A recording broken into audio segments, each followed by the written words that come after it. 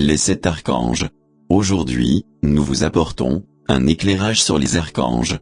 Il faut savoir, chers amis, que les archanges sont des êtres qui se tiennent devant le trône du Créateur. Ils incarnent et manifestent chacun un aspect de l'Esprit de Dieu présenté dans la Bible comme un arc-en-ciel. Nous percevons mieux cet esprit lorsqu'il est décrit comme les 7 feux qui brûlent devant celui qui siège au trône. Chaque couleur de l'arc-en-ciel est une manifestation d'un aspect de l'Esprit de Dieu.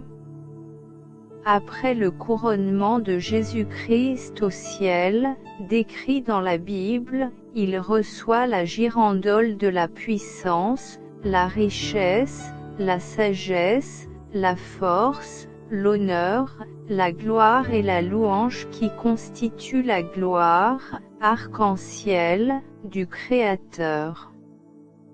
Après avoir construit l'arche de l'Alliance qui est la matérialisation du trône de Dieu au milieu d'Israël, Moïse ordonne à Josué de choisir 7 prêtres qui doivent sonner les trompettes devant l'arche.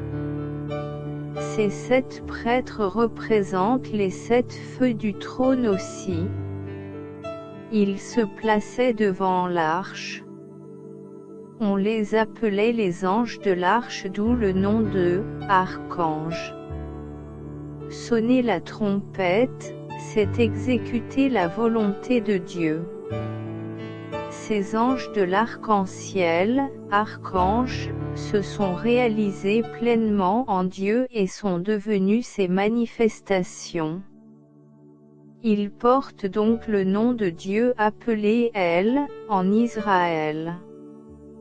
Il y a donc puissance, Rapha, El, Raphaël.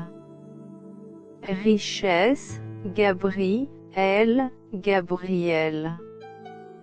Sagesse, Baraki, El, Barakiel.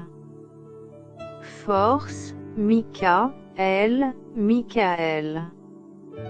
Honneur, Zadki, El, Zadkiel. Gloire, Uri, El, Uriel.